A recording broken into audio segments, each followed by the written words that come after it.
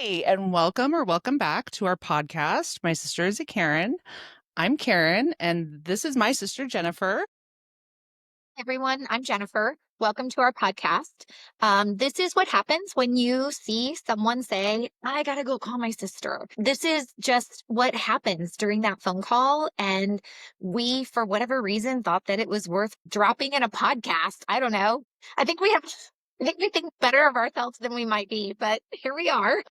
So thanks for listening because this is just, we were talking last night and we're like, it's just the conversations that Jen and I have been having for years and decades. And we honestly just feel like we should share it. So you're welcome. We were actually talking, and I was telling Karen, I was at a work event recently and in a small group, and I had to share what I'm passionate about outside of work. And so I shared, I'm always looking for creative outlets. I'm an amateur quilter. I write a lot. I needlepoint, like I do a lot of creative things. But right now, my thing that I'm doing to creatively challenge myself is a podcast. And it was all men in the group, and all the men, and also like half of them were senior leadership, like much out of my reach. And they're like, what's your podcast about? And I'm like, just like the stuff, like, I don't know, like my sister and I. And so we were talking offline saying like we need our elevator pitch in order, For And sure. like I've been at Ulta and the girls like talking, it's like some girl will be talking to me at Ulta and I'll be like, my sister and I are doing this podcast and we were just talking about mascara or whatever. And people are like, oh, what's your podcast about? And I'm like, I don't really know, but we're just having fun. So we decided, or at least I decided during our conversation last night, I was like, I think I'm just going to say like, it's literally the phone calls between my sister and I, but on a mic in front of a computer screen. And that's my elevator pitch now. Until we end up like in a place with this, that's what I'm going to start saying. So Yeah. I don't know. Well, it's perfect because sometimes it is like lighthearted and fun. Other times it's deep and serious. And I mean, and everything in between. And no topic is off limits. Like there's Right. nothing that I couldn't talk to you about. Right. Yeah. So I think you're right. I think sometimes, like last week we did the, get to know us 20 Uh, questions. That was pretty light and fun and no big deal. But, at a different episode we talked about, my skin cancer on my nose.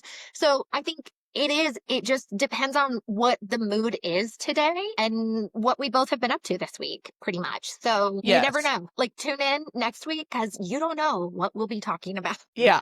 So anyway, hey, we want to always check in on how you're doing and stuff like that. But I happen to know that you had a really fun teenage mom moment the other day. So tell us all about it. I did. Well, my son he's 17. So he was out eating with friends and he like texted me, but I was doing something when he texted. So then he had to call and be like, "Hey, can I go out to eat?" And I'm like, "Yeah, that's fine." So then I look and I was like, "Oh, he had texted me, can I go to Cheesecake Factory?" So I responded after I had talked to him and I was joking and I was like, "Okay, if you're going to Cheesecake Factory, my favorite's the tuxedo cheesecake." And he like shows up, I don't know, an hour and a half later, and I was like, "You're back for the night?" He's like, "No, I'm just dropping this off." I ran past him to get downstairs and be like, "Mom, did you see what my son did? He brought me a cheesecake." And then I was like, "Give me a hug." And he hugged me back even, which, 17-year-old boys. That's I of course cried a little bit over. I'm like, "That's so nice. I love my kid. He's the best." But it was like just, I was joking, did not at all think he was going to bring. And I'm like, this is like, I mean, like a cheesecake slice from Cheesecake Factory, that's like $10. Yeah. Yeah. So that was like the best thing that's happened all week to me. For you. I mean, we have talked before about my kids, gift giving abilities, but we haven't really talked about Michael, and he also can be generous and thoughtful. He's 17, so it arises when it arises, and then it Yes. disappears again. But he even let you hug him. Like, there you go. I not just that. He also let me give him a kiss on the cheek. Like I hugged him, I gave him a kiss on the cheek, and he wasn't like, "Mom, stop it." He like allowed all of that and hugged me back. I was like, my heart is so full. I love that. He's a great kid. I love that he brought you your cheesecake.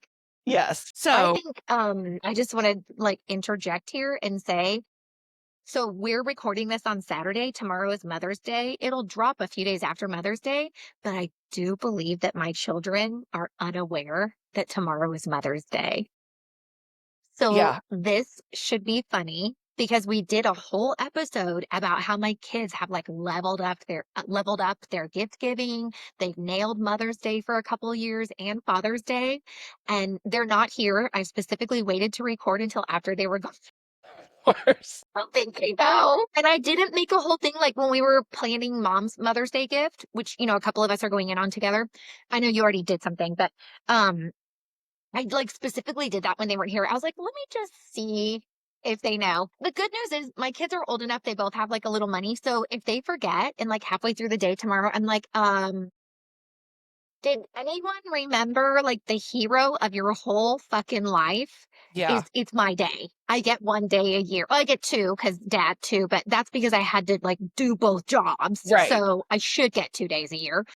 But it'll be interesting to see. Normally there's a lot of like commotion about like don't check the mail. If a box arrives, just leave it on the front porch. Like usually there's a lot of commotion about like not getting involved and there has been nothing like that. And I haven't seen them like collaborating behind my back. Maybe they're more sly than I think they are, but I actually think they're both just like really super involved in their own situations right now. Yeah. And they've completely forgotten. They do. They both, I mean, if they forget, it's no big deal because they both have enough money. Like, I'll just be like, so you're going to take me out for dinner tonight? Okay. Yeah. Yeah, I do think that they have forgotten. And I did not text them and say, "Do you Mhm. know that this weekend is Mother's Day?" Because when you said that, I was like, I want to text him and save him, but then I'm going to let him, I'm going to let this play itself out. This is not going to, like, I'm not the girl that if I'm like in a relationship and my partner forgets our anniversary or like I'm not the girl to like freak out like you don't love me and I do all these things for you and you guys forgot Mother's Day. Like I'm not that person. So I mean legitimately, like if they'll both emerge around between like 10 and 12 tomorrow from their bedrooms. And if they both emerge and like nothing is said, then I'll just say like, hey, did you guys forget? Because it's Mother's Day. And then I'll literally be like, okay, well, you can take me out for dinner. Like, no big deal. And it really legitimately is no big deal. My daughter's working a ton of overtime.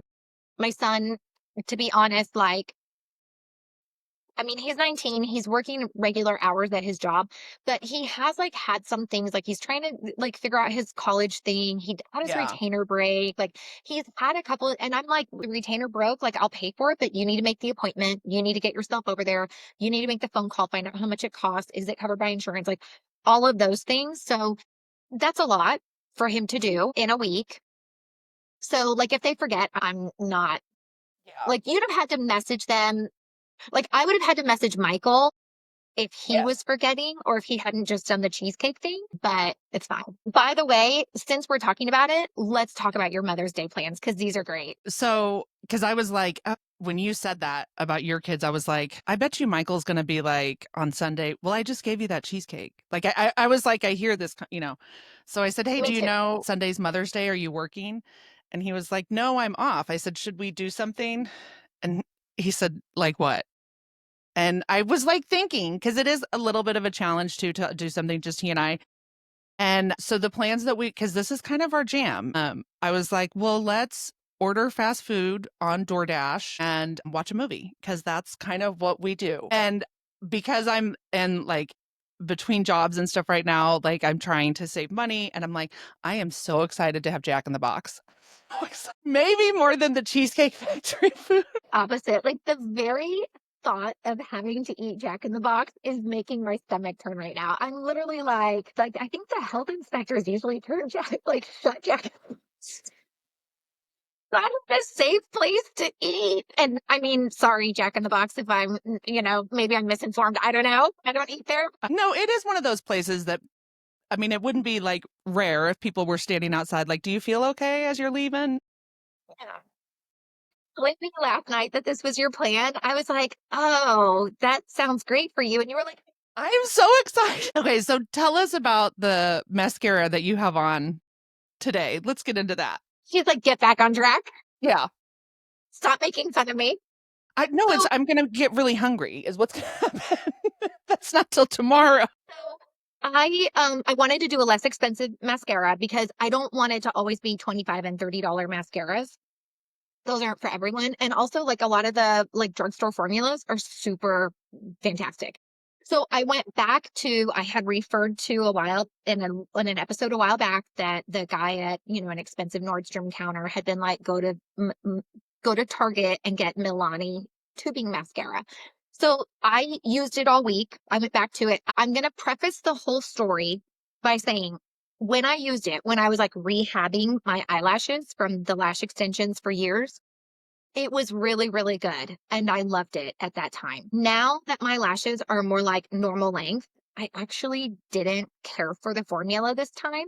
And here's why. I think it gives a lot of blackness, like a lot of colors, which I desperately needed when I was rehabbing my lashes because Hmm. they were blonde, they were tiny, they were fine.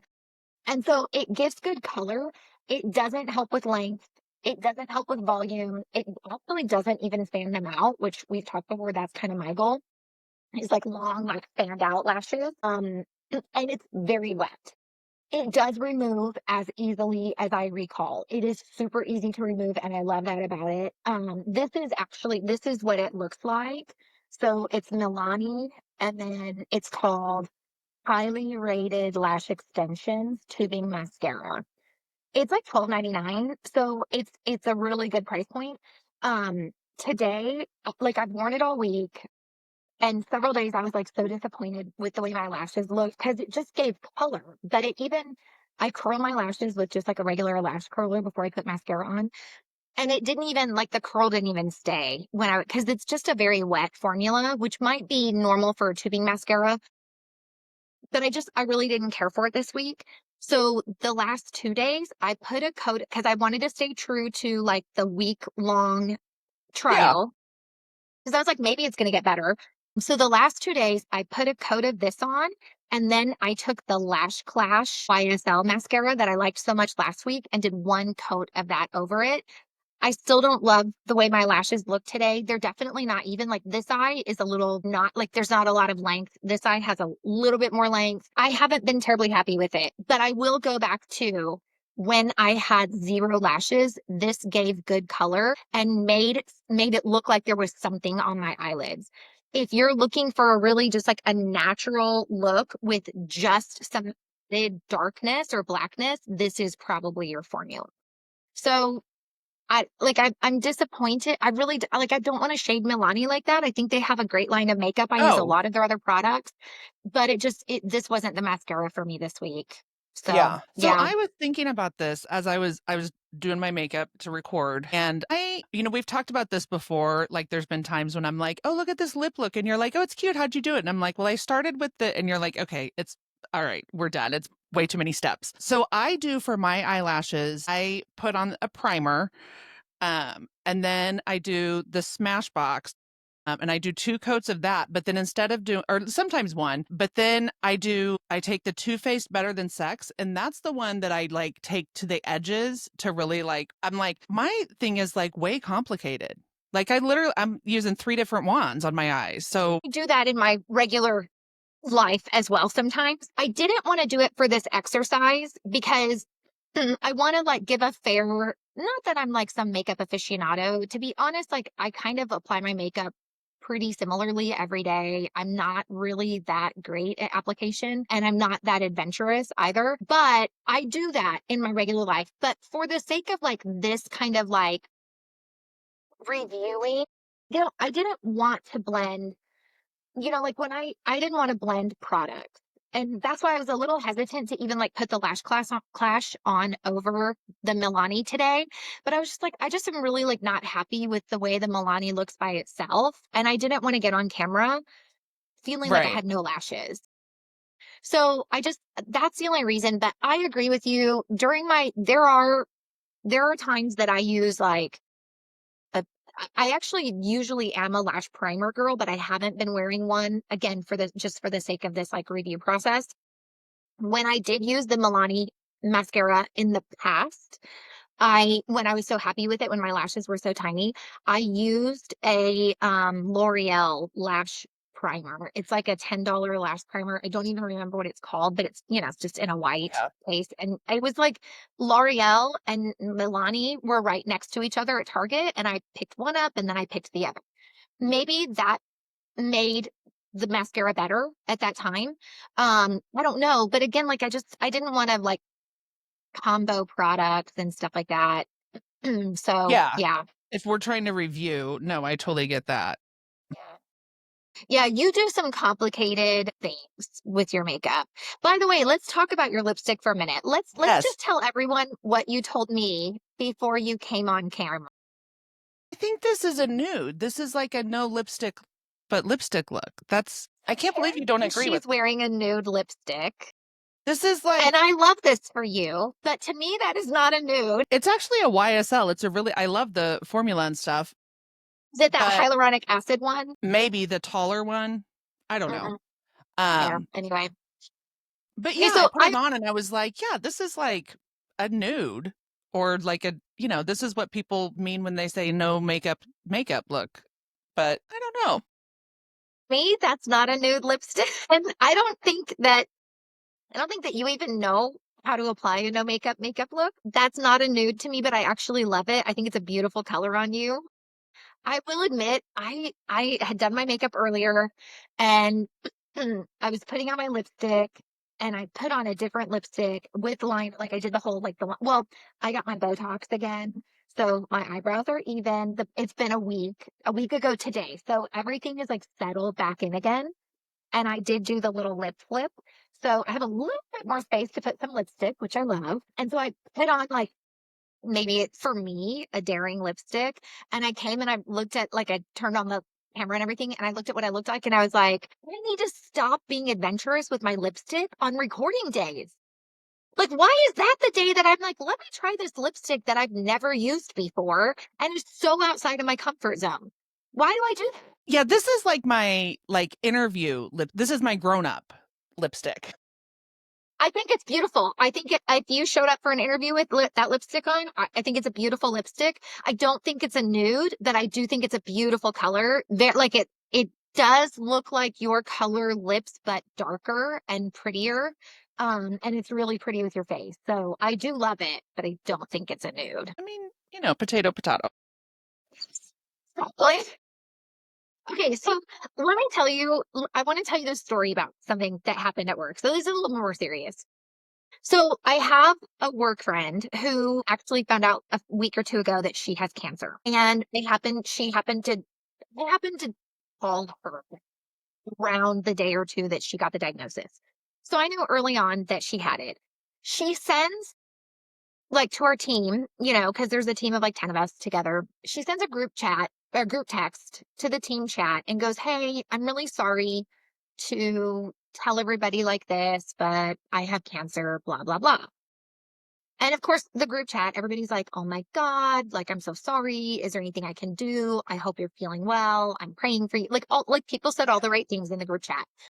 What I want to talk about though is the fact that my friend prefaced the text with, "I'm really sorry to do this over text, but I have cancer." And she said, "I didn't want anybody to hear it through the grapevine." I don't know who I mean, I knew I wasn't going to tell anybody. I don't know who the grapevine would have been. I don't know who else she said it to. Like, I don't know. That's not, whatever.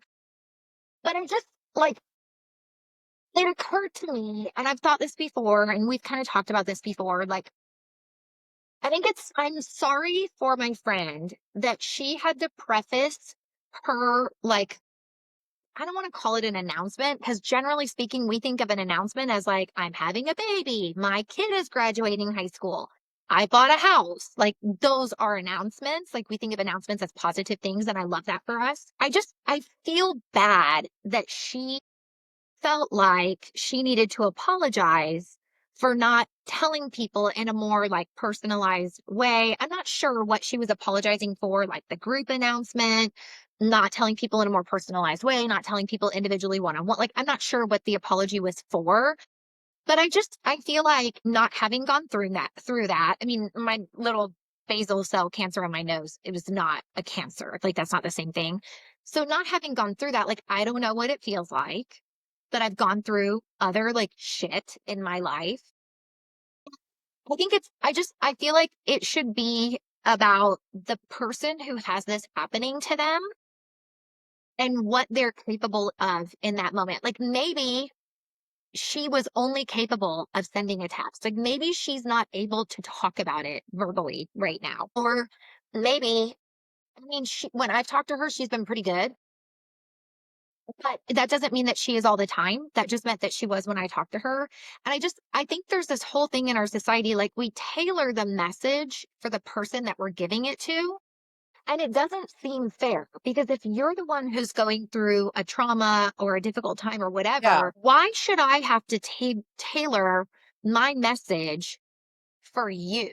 Like, I didn't even owe you an explanation that I have cancer. I don't. I don't even owe you. I don't have to reveal that to you. And I don't have to apologize that you heard that through the grapevine. Like, this is my journey and I should be able to tell you in the way that suits my journey and fits into my path. You know what I'm saying? Yes, I do. I a similar situation. One of my very good friends, years ago, was diagnosed with cancer, and how he chose to tell me, he catered it totally to me. Uh, like, literally took me out to dinner and said, "So I brought you in public so that hopefully you won't cry." But I mean, which at the time I didn't really, I mean, I was just like, I appreciated and was like, okay, well, thank you for, but in hindsight, like, he made that whole thing about me and how I'm going to receive his news, which it should have been more about him, not, I mean, like you were saying, why do we do this thing where we cater, but we definitely do. Yeah. I mean, I know the person. I remember this when this happened. I remember it well. In his defense, you were his person. And I do think in his defense, this also was about what, again, going back to like, it should be about what you are capable of as you go through the journey. And I think he wasn't capable of dealing with your breakdown to the news. And so I think to an extent, he was looking out for himself as well. Maybe I'm wrong. I could be completely wrong. But I think in that situation, that person might have been looking out for his own, like, I'm not capable of, like, a Karen breakdown can be pretty intense. Yes. Yeah. So I So I think it wonder if that's was. what he was thinking, but still, the point remains, this person, just like the person I know, adjusted his path, his journey through this traumatic event to accommodate you. And yeah, you were probably going to be in the trenches with him, but you were still on the sidelines. You were not the person.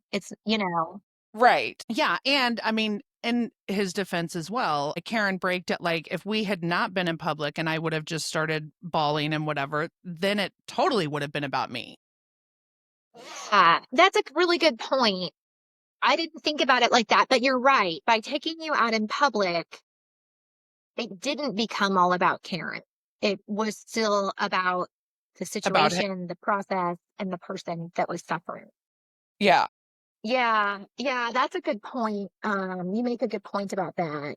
I think it's interesting because, just I feel like in the place we are at in society, we should be better about accepting someone else's truth in the way that they want to share it with us. Yes. Well, and we, like you and I talked about, we haven't always had the language to say, like, I don't have the emotional capacity Yeah, to, like, and I mean, he didn't have the emotional capacity to deal with me breaking down over it because he was dealing with his, but we didn't have the words to say that, which also, when you don't have the language for it, what that means is that concept isn't thrown around a lot, because then we would make words for it, like emotional right. capacity or social battery stuff. Yeah.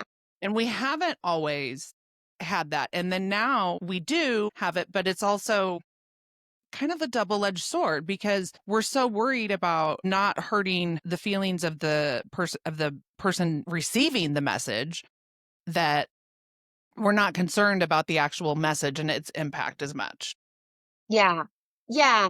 I think that's a really good point.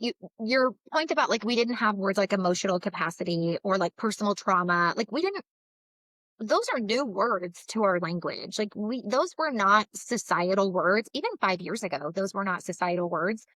So I think it's interesting. And I wonder too, like, is this a generational thing? Like all of the people that we're talking about today are all Generation Xers.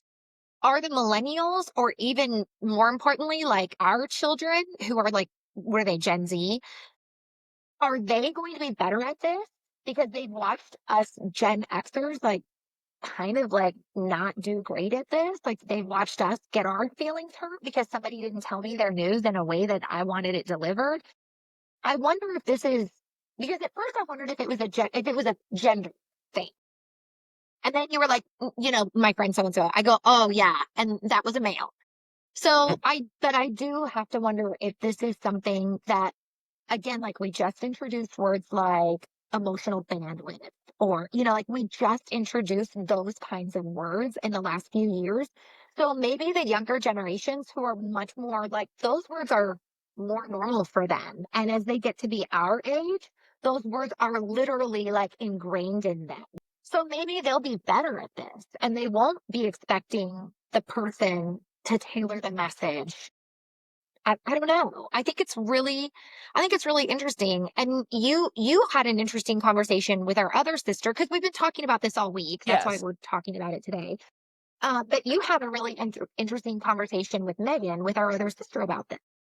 Yeah, so I called her, and because a lot of times when Jen and I will talk about what we want to talk about on the podcast, and then we kind of like marinate individually and get back to So I called our other sister and I was like, "Hey, I just want to kind of talk this through so that I don't sound like an idiot on the podcast." We So I always was sound talking like to her and I idiots, was but like, so whatever. basically why do we do this thing where we cater the news to the listener, like the delivery and whatever? And one of the things she was like, well, people get so mad if you don't tell them that you have cancer. And that is completely, and I see that in my job. I've, seen where people are like, they're in the hospital getting chemo and they're like, oh my God, well, my sister who, lives 7 states away and I haven't talked to in 3 years is pissed off that I didn't tell her I have cancer. Yeah. And instead of that being like, that was something that a patient literally said. And I was like, well, is she going to come see you? Or no, she's mad at me because I didn't tell her. But you still have cancer. Like, I think it's interesting because, I went through a divorce. And my son is 19 and he was 1 when my ex-husband filed for divorce. Actually, he was not even 1 when my ex-husband filed the papers. So I mean, I refer to it as my other life. It was so long ago that I literally, like, I don't even think of myself as a divorced person, but, um, we are from a very Midwest Catholic family with Midwest conservative values, and there are not very many people in our family who got a divorce. Like very, very, very few. And like, I hate to be like I was the groundbreaker, but yeah, I I mean, think you there were. was a divorce before me, but I mean, essentially, I don't know. Anyway, I remember that was really hard. I was a young woman. I was a very young woman. I don't even know in hindsight if I would call myself a woman, but I was a young person. I had a 1 year old and I had a 6 year old or seven because they were 6 years apart. I had no college degree. I had no career. I really had very little work experience. It was traumatic. I didn't ask for the divorce. He filed and didn't tell me he had filed. It was extremely traumatic. I was completely unaware of it, which is partially my fault, but beside the point right now. I remember there were times as I was going through that, it took like over a year for the divorce to be finalized and for me to just like get to a place where I could be like, I'm a single mom now, whatever. There were people who were upset with me because I didn't tell them I was going through a divorce. And if you remember, we weren't you were living somewhere else. We weren't necessarily close at this time, but we weren't not close. But if you remember, I was a mess for a while. And then when I wasn't a mess, I was literally just getting through the morning. Then I was getting through the afternoon. Then I was getting through the evening. It wasn't even day to day. It was literally like segments of the day. I was doing what I had to do to get through in that moment in time. That was it. That was all I was capable of. My kids were fed. My kids were read to at night. The homework was all done. Everybody was at school on time. Like all of those things happened the way they needed to. I also got myself enrolled in school. I moved out of the house and found another place to rent. Like I got a lot of shit done. In hindsight, I don't know how I got it done. But among all of that, and I'm falling apart internally, like really, truly, truly falling apart. But I don't show that externally. I am not Karen who Yeah. barrels down the stairs in tears. I was falling apart internally. And I had conversations with people who should have been my support system, like, well, you didn't tell so and so, and now she's upset. Can you call her tonight and talk to her about your divorce? No. I want to be like, no, Karen, because that's a Karen move. Like, no, I couldn't do it. But to Megan's point, relationships were altered forever after that. And Yeah. it didn't, like, I wasn't capable, like, again, like, we didn't have words like emotional bandwidth. I did not have the emotional bandwidth to walk around telling every Tom, Dick, and Harry that my life was falling apart and my husband had chosen not to spend it with me and had left me in shambles. I had no capability of doing that. Yet I was expected to do that. And it didn't. And you can see today, it doesn't feel good 18 years later. Yeah. It didn't feel good then. It felt like I wasn't supported.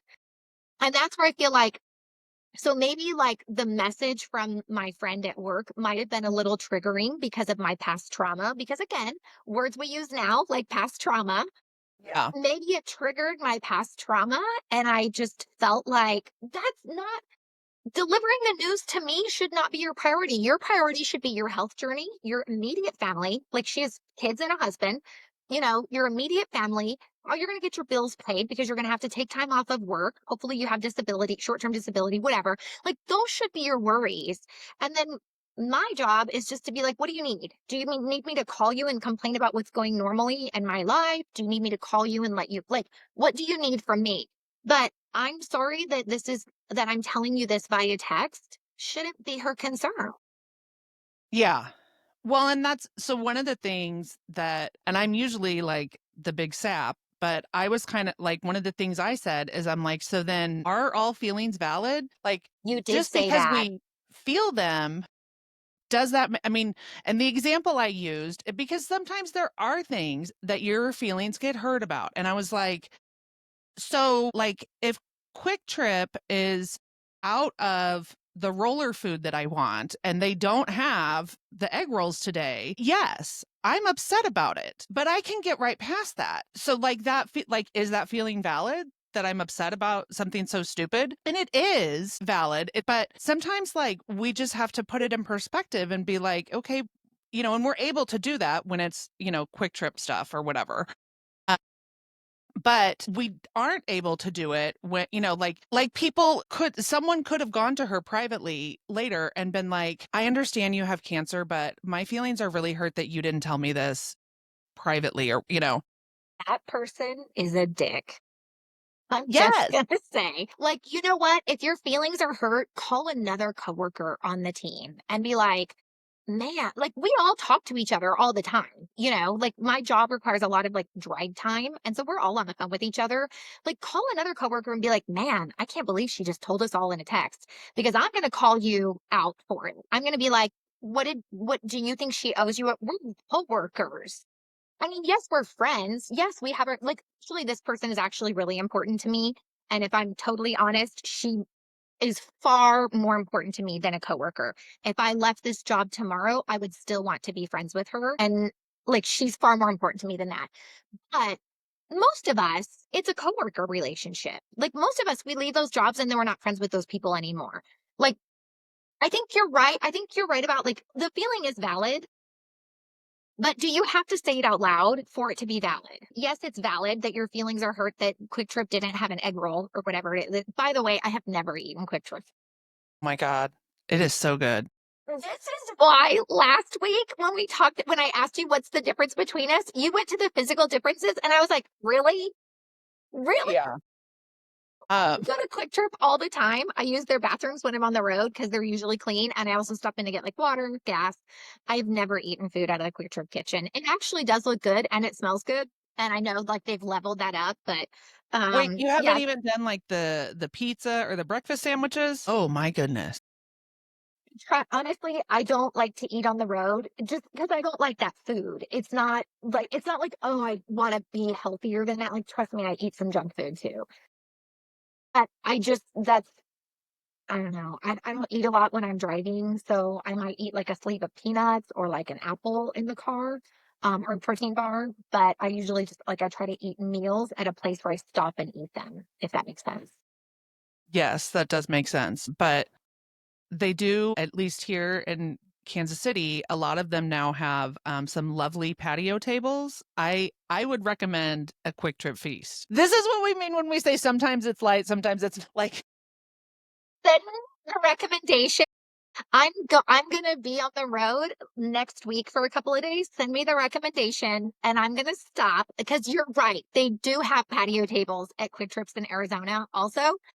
By the way, when I will give Quick Trip this plug. When I lived in Texas and we there were hardly any Quick Trips in Texas and not where I lived, I did miss Quick Trip. I do think Quick Trip, the workers there are some of the most efficient workers on the planet. They can ring up four people plus get a box of cigarettes for somebody, plus like dance, like doing the Dougie. Like they are so good. Yes. And Quick Trips are always clean. It doesn't matter what time of day you stop in, they're always clean. And if they're not clean, someone is freaking cleaning it right now. The bathrooms are always clean at Quick Trips. As a road warrior, a clean bathroom, like public libraries and Quick Trip and hotel lobbies are the three places that I will consistently stop for a bathroom. Even Starbucks bathrooms are not as reliably clean as Quick Trip. Gas pumps are even clean at Quick Trip. Like I've never pulled up to a gas pump and been like, ew. So let me tell you this quick little story about Quick Trip. Years ago, when I was coaching Michael's soccer team, I would take some of the kids, because I'm going anyways. So whoever could fit into my car, I would. And Michael's one friend, who he still is friends with now, I was like, okay, like practice was at like 5. So I pick him up from school at 4, and I'm like, okay, we're just going to stop at Quick Trip. And his eyes got huge. And he was like, my mom doesn't let me eat the food here. I was like, you know what? You can have whatever you want. I'm like, he was like, can I have a hot dog? Yes. You can have two if I mean his day. So funny. And I'm like texting his mom. So I'm feeding him junk, but I am feeding your child. My God, that's so funny. Okay, let me tell you the story about Lucille and what her mom doesn't let her eat. So she's 5 years old. She's in kindergarten. And I was at school to pick her up after school. Sam isn't even born yet. I'm pregnant. And I show up at school to pick her up. It was probably near the end of my pregnancy. And this mom, who I didn't know well, but she was much older and more mature than me. Like she had teenagers, and then like these were her like caboose kids that were in Lucy's grade. So she's like, "Why don't you let me take Lucy home for a few hours and you can just go home and rest?" And I was like, I mean, okay. I wasn't big at letting Lucille go to strange people's houses, but I talked to this mom a little bit. Like we had a mild friendship growing. Yeah. So I leave before Lucille even sees me. And this mom, her name is Dorothy, picks Lucy up. And, like she's in the vestibule waiting for the kindergartners. And she's like, "Hey, Lucy, your mom's going to go home. You're going to come to my house after school." And Lucy's like, "Oh, great. That sounds really cool." Dorothy comes to drop Lucy off 2 hours later or whatever. And again, this is like kindergarten. So it's like you're still in the moment of time that's like out of the mouths of babes. Well, Darcy drops Lucy off and she comes in and she goes, "So, fun nuggets from this afternoon." I'm like, okay. So she goes, they get there and she's like, "Lucy, don't you want a snack? Aren't you hungry?" And Lucy was like, "Yeah, I'd like a snack. My mom usually brings me one and I eat it in the car on the way home." And Darcy's like, well, there are some grapes in the freezer. My girls really like frozen grapes. And Lucy goes, yeah, we don't eat frozen food at my house. First of all, it was great. Okay. First of all, it's a fruit. They did eat frozen foods. Not a lot of them, but we did eat frozen foods. Like, trust me, after we had been to the pool for 4 hours in the summer, we came home and laid into a frozen pizza or some frozen chicken nuggets. Like, we did eat. Yeah, I have no idea why she would have said that to Darcy. And it like, that became like a long running joke. And it wasn't just like Darcy and I, like all the other moms too. They're like, oh, Jennifer doesn't feed her kids frozen foods. I was like, shut up.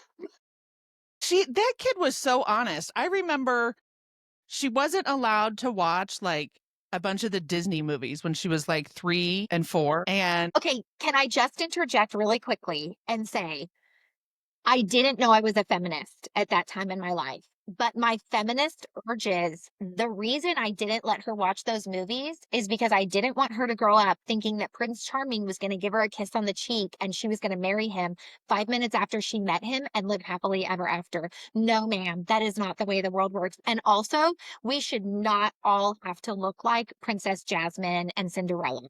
So those feminist urges were there, but I didn't know what they were at the time. But that's why she couldn't watch those shows. well, she didn't know that because I was trying to be like cool Aunt Karen. And I was like, I have a bunch of these. I was like, oh, do you want to watch Snow White? And she's like, no, Aunt Karen, that's inappropriate. Like 3 years. I was like, how do you even know inappropriate? Why is that in your vocabulary? She's Dad, like, one it's time when scary at the dad, beginning. what'd you say? She said it was scary at the beginning of the Snow movie. White was scary at the beginning. Yeah. But What literally, did she say? She it's said something to inappropriate. she said something to dad one time. She was like 2 years old, and dad was like, why would she know that word? And I was like, because I say it. Like, I don't know. Yeah, Was it vagina? Because she did know that one for sure. she didn't say that to dad. It was something like, Grandpa, that's totally inappropriate. I can't watch that. It was something like that, you Yeah. know? Yeah. Yeah. That's so funny. Yep. She, so anyways, our, like, we did have this thing about like, are all feelings valid? And maybe we're like, as a society, we're getting to be like too woke where like all feelings, and it's not that they're not valid, but you do have to Just ignore. Yeah, they just don't need in my opinion, everything that you feel doesn't have to be said out loud. Granted, I have lived my life not expressing my feelings. So that's easy for me to say because I don't really like to express my feelings anyway. Um, but I mean, is it valid if your feelings are hurt that this coworker didn't reach out to you individually because you thought that you had a really good relationship with her? Yes, that's valid. However, are you meeting the coworker where she is in that moment? Right. If you Because accept maybe the in, way that yeah, if you accept the way that she told you, then you're meeting her where she is. But if you go back to her and you're like, hey, I really wish that you would have talked to me individually, you are not meeting her where she is. I don't know if there was a time reason. I don't know if there was an emotional reason. I don't know what her reason was for sending that text out. Maybe she just felt like I just one and done. Like I just need to get this done. I don't know, but meeting her where she is doesn't invalidate your feelings. It just makes her journey the most important thing right now. That's what I think. yes. Yeah, I agree. Like, you need to meet them where they are at. And if where she is sending a group text, then to me, the appropriate response is not like, oh, that hurt my feelings. You didn't tell me. Like, the appropriate response to that is, thank you for sharing that, first of all. Like, because she doesn't have to, Yeah, she and doesn't then owe any also of us an just like, explanation. what can I do? Are you okay? To be clear, the responses in the group text were very appropriate. Like, oh my gosh, I'm so sorry you're going through this.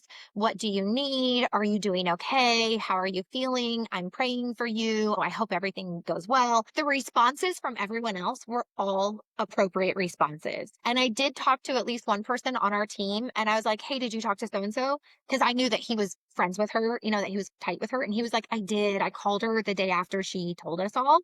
And he was like, she seems to be doing okay. I go, yeah, I agree with that. I've talked to her too. So I do know at least one person reached out individually, but in a supportive and positive way, just like, man, like, I can't believe you're going through this. Like I said, so it was interesting because her instinct was to accommodate everybody and to say like, "Oh, I'm so sorry. This is how I'm telling everybody." But visibly, everybody else's responses didn't even address that. Like no one else seemed to care. That's how she did it.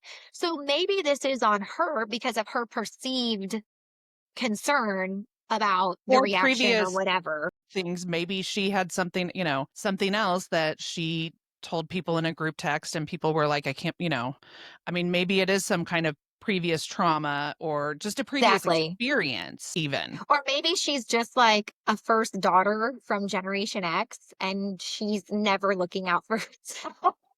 Yeah. Oh no. Yeah.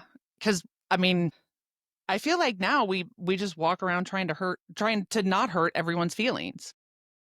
Well, I mean, I think we walk around trying to not hurt everyone's feelings, but I do think that we are more aware of the choices of language, that like that there's a ripple effect to the things that we do. I mean, just like last week, we talked about the reality TV and you go put a bunch of sluts in bathing suits and I was like, we don't slut shame on this show. And you quickly corrected course. And I don't think that you at all, there was no intention to slut shame. You were like, I love a bunch of hot people in a bunch of bathing suits with some alcohol. Like some good stuff happens. Like that's your formula. You love that. I do. We like what you said was something that would have been acceptable to say 10 years ago. Like nobody would have thought twice about it. And again, there was no I know you, so I know there was no malice in what you said. But the problem is the language matters and we know that now. And so if you don't want to say that word with malice, then you shouldn't say it in a joking manner or a Right. descriptive manner. And so I think that's the thing is we're so much more aware of the language that we use. But I don't know that it's all about that we are so afraid to hurt each other. I think we're just more aware of the language. And I think that's a good thing. Like there are things that we say in everyday life that we should not say. You and I talked at one Yeah. point about, there was a phrase that our mom, and I'm not going to use it, but there was a phrase that our mom used to use when we were growing up. And she used it to the point that I didn't know it wasn't a socially acceptable phrase. And I used it in a workplace and shouldn't have. And it was fine. Like the day that I used it, it was completely fine. But I did learn a valuable lesson. The problem was I had become desensitized to that phrase. Yes. And I never should have been. Just like slut shaming never should have been okay for us to do. But we were all doing it at one time because there was no awareness of it. And now, so I think the awareness and adding to the language is really important. I don't think we're all afraid of hurting feelings. I just think that sometimes some of us get caught in the old habits, like I have to tell everybody this. Yeah. Um, I do, and I'm a huge I like exactness and language stuff. I mean, there's all kinds of little things you can change an entire tone of a conversation by changing one or two words. And so I do totally appreciate that we now have the language to express some of that. I agree. But I agree completely. yeah, I mean, I'm going to say, I guess I feel like sometimes myself included because like it is hard to when your feelings are hurt about whatever even if Mhm, it's stupid you know mhm, I mean my feelings were hurt that our gramps didn't choose to tell me mhm, when he was first diagnosed with cancer. Well, that's his mhm. business, that's his journey, I'm his Right. grandchild. I mean, and so I never said that to him. I know that, but we've had the conversation and you recognized that one, that your feelings were hurt. And I think that's the thing is like it's okay to express it, but find the right person to express it to. For you to say to me, like my feelings were really hurt when Gramps didn't tell me this, et cetera, et cetera. Like I'm the right person to say that to. Right. Because it was still Gramps' journey at the time, I mean, he's gone now, but it was his journey at the time, and it was his choice to make, and you did tell me that. I remember having that conversation a few times, and so I think that's the thing is, like, recognizing who's the right person to go to express the feelings that you have about it, because it wasn't Gramps. The person and it probably wasn't our dad either. It was No. probably your siblings. Yeah, yeah, I agree with that. Yeah. Yeah, I think so. Sidebar, I can see right here, there's a bruise. Can you see that? Barely. It's from the Botox. Um, we talked about like I'm not that good at makeup.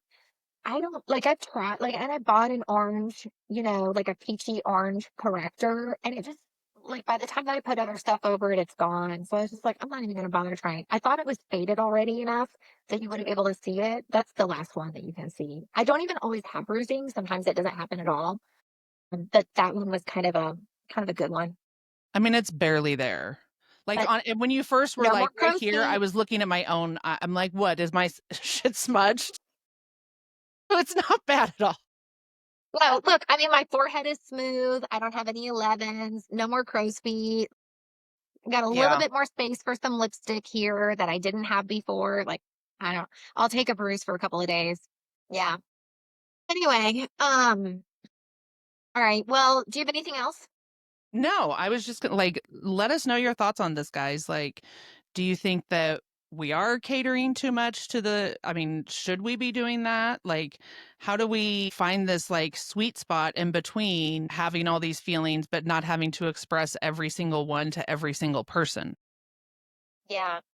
Yeah, I think and I think, like if you have stories about where people altered news for you based on your anticipated reaction, we'd love to hear that too. Yeah, Yeah. you I can mean, put it just, in the chime comment. You in. also, we don't get emails. You're free to my sister is a Karen at gmail.com. We're on everything as my sister is a Karen, TikTok, Instagram. X is my sister's a Karen. One letter too long. But yeah, leave us comments, send us an email, let us know. This is just exactly one of those things that we were like, we should talk about this. Other people should Yeah. be talking about this. Also, I will say, just we've had a couple of people comment on, YouTube and Apple Podcasts and stuff like that. And we love it. You guys, thank you so much for commenting. Sometimes it's even comments from people that we have never met and we do not know who they are. I am both appreciative and also mildly apologetic that you've been tuning in because I don't know if it's that entertaining, but wow, strangers are listening. And I sort of And have like, I fun. feel Yeah, I like love we it. were talking and I was like, we are not worthy. Like, do they know we're just like two girls from the like, why would you even listen to us? But on the flip side of that, like, why would we even put this out there? And here we are. So, like, thank you, thank you, thank you, thank you from the bottom of our hearts, both to our friends and families who are supporting, but also to the strangers who are listening and commenting. We love the comments, you guys. It literally makes my day better. I feel so good when I'm like, somebody commented and asked which app I use for my workouts or Yes. something like that. Yes. We are like excited little kids when we get especially if it's from someone that we don't know. I mean, that's Yeah, like so amazing to us. So I please know. continue doing it because we love it. It's so fun for us. It's like getting surprise mail when you weren't expecting Yes. it. We're like, "What? Somebody reminded us about pagers." Like, we had forgotten about pagers when we talked about, growing up with no Oh phones, my and God. Yeah. And I was like, I did have the cool, like teal, the clear pager. I don't think you had one because you were, I never had a pager. I mean, I was a wild child. I had to have a way for You people to and call me after Mike 10 had p.m. one too. Our brother had one. I never had Yes. one. I mean, I got married and moved to another land. Yeah. Yeah, mine was mostly for like Jason to text me or to send me a page to tell me to call him after 10 p.m. Like basically like you could not call Because our he house. wouldn't call the house. Yeah.